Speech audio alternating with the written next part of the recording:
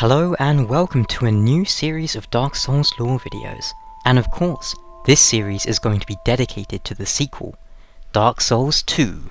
I am Mont, but you can call me Alex if you prefer. So let's get straight to it, shall we? If you've watched some of my other videos, then you'll know that I usually prefer to base these episodes around specific characters. But to start off with Dark Souls 2, I thought I'd kick things off with an episode dedicated to the overall plot. Now, at the time this video is going live, the game is still very new, indeed in the infancy of its lore findings, and I fully expect things to change over the coming months and years. And of course, I will preface all of this as usual by stating that this is merely my own take on things, supported in places by in-game or otherwise official sources. That said, here are my initial thoughts on the story of Dark Souls 2. Think of this as a summary, but by no means 100% accurate. So let's talk plot. What is the story of Dark Souls 2? If you had to describe it in a sentence or two to a friend, how would you do it? I mean, maybe you finished the game, and maybe you're thinking, huh? What just happened? I don't really get the plot. That's understandable, these games don't really have the most in-your-face and obvious story. But let's start with the beginning. You are of the undead, an unfortunate being cursed with the dark sign. There is no true death for you, only the inevitable future of hollowing. In a bid to free yourself of this curse, you find yourself drawn to the land of Drangleic, whence souls shall be procured. Souls, that life source that you are doomed to seek out, lose, and seek out again, so you might ease your pain and stave off hollowing, if only for a little while. Simply put, you are the bearer of the curse, who travels to a mysterious land in the hopes of curing yourself. So now, let's go a little more in depth, shall we? That covers the player, but what about Drangleic itself, and the curse, that which ties Dark Souls 1 and 2 together? In Lordran, some claimed that linking the fire would put an end to the undead sacrifices, but in truth, it seemed a cure was never going to be so easy to obtain, for thousands of years might have well passed since the chosen undead defeated Gwyn, and either linked the fires, or took his place as the Dark Lord. So here is where the speculation begins. There are two very interesting possibilities I've been thinking about, and indeed they've been floating around all over the internet at the moment. I will start with what I consider the least likely of the two. Some people think Drangleic is Vinheim, or just another land, because of certain ring descriptions. Now, we know that Guinevere and many others long ago left Anor Londo. Guinevere, of course, being the daughter of Lord Gwyn, the Sunlight King. But where did they go? Now, Dark Souls 2 offers us a potential lead. You see, the land of Drangleic was founded by King Vendrick and his older brother Aldir. But alas, Vendrick was deceived. A woman by the name of Nashandra warned King Vendrick of a looming threat, and urged him to strike first. So King Vendrick ventured to the land of the giants and conquered them, defeating the old ones and taking from the giants a great prize. But the giants were not so easily cowed. Indeed, in time, they arrived at Drangleic in turn, to seek out what had been pilfered. You might think that Anor Londo was the land of the giants, the land that Vendrick attacked, and Guinevere, Flame God Flan and many other giants crossed the sea to take back whatever it was that King Vendrick stole from them. But what was it that he could have stolen if this were the case? The Lord Vessel? The first flame itself? The kiln? Who knows? But you have to consider that in the memory of giants we face down and destroy the Giant Lord who conquered Drangleic. All of the giants we see in Dark Souls 2 have strange faces. Could they possibly be the same as the giants we know from Lordran? I think not, although it is true we never see the giants' faces in Dark Souls 1 as far as I'm aware. I think the important thing to note is that we know Anor Londo's giants were extremely well equipped. I think most of us have been on the receiving end of those halberds more than once.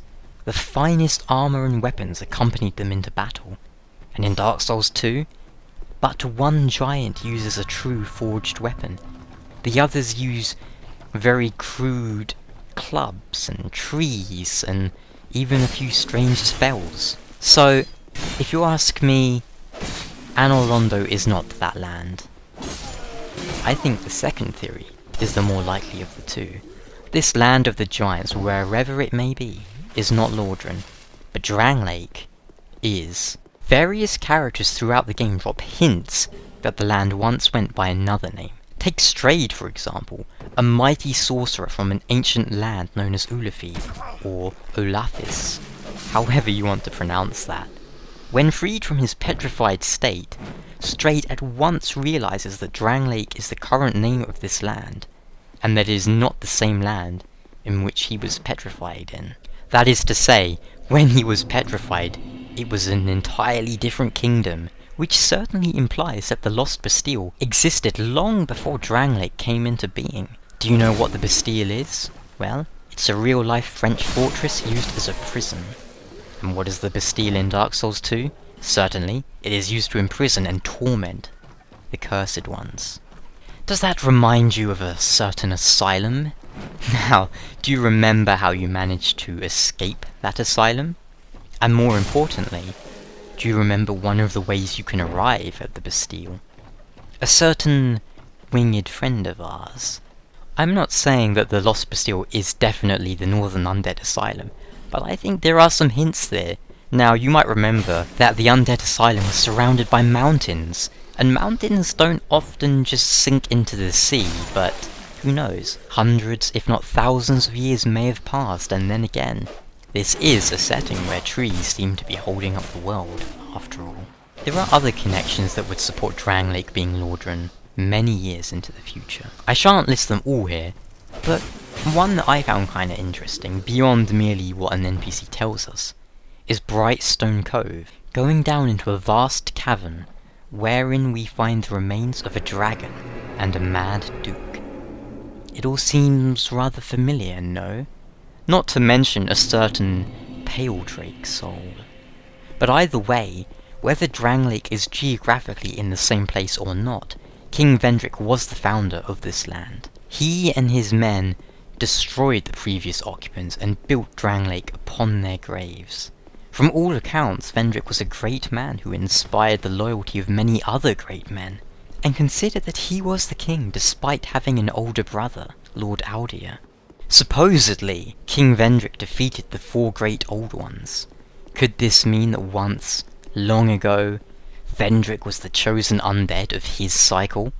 But then, from the dark, she came. One who long ago might well have found the soul of a lord in the first flame. Nashandra.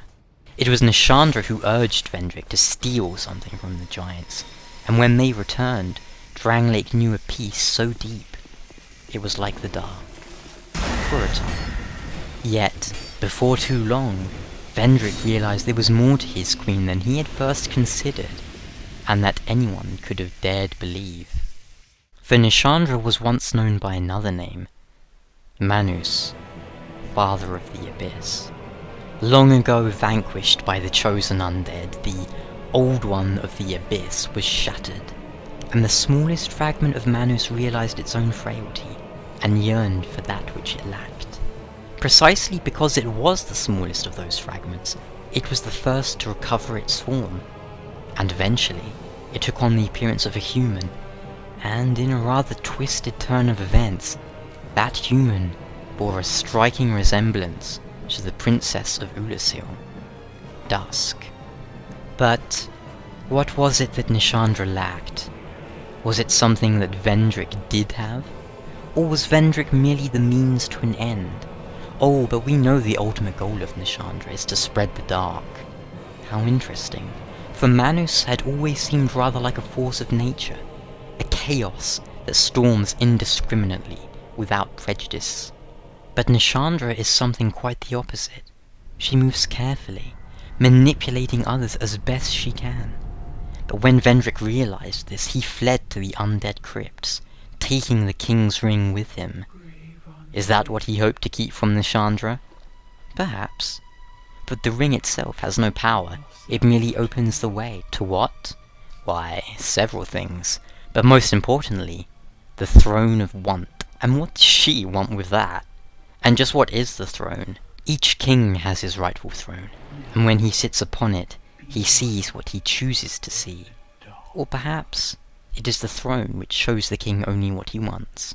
Read from that what you will, but this throne is evidently crucial when it comes to linking the fire. And why did she need us? Only a soul of great worth could possibly make it that far. Is that what Nashandra needed? A powerful soul merely to open the way? Or was that what she lacked? The soul of one who had embraced other great souls. And once the fire is linked, souls will flourish anew. And all of this will play out again. The presence of the old ones, the great lords, the rise and fall of kingdoms, it will all happen again. Until a way is found to break the curse, or until someone is born who may break that curse. This is, after all, just the start of our talk with the Dark Souls 2. So I will end this video by putting some questions forth to you, questions I will be talking about in depth over the coming months. King Vendrick, a cowardly tyrant who performed unspeakable acts in his desperate attempts, or a great soul who sacrificed everything in his bid to break the curse? And if the curse affects all but the most ancient of beings, the everlasting dragons, what do you suppose that means? Why, it certainly gives new meaning to all those undead trying to become dragons, does it not? And could the child of a dragon, contrived by a man, be the key? Could that be the way to finish this cycle of eternal return? The dark emanates from Manus himself. Thou may be able to prevent further corrosion, but even so, one day the flames will fade, and only dark will remain, and even a legend such as thyself can do nothing to stop that.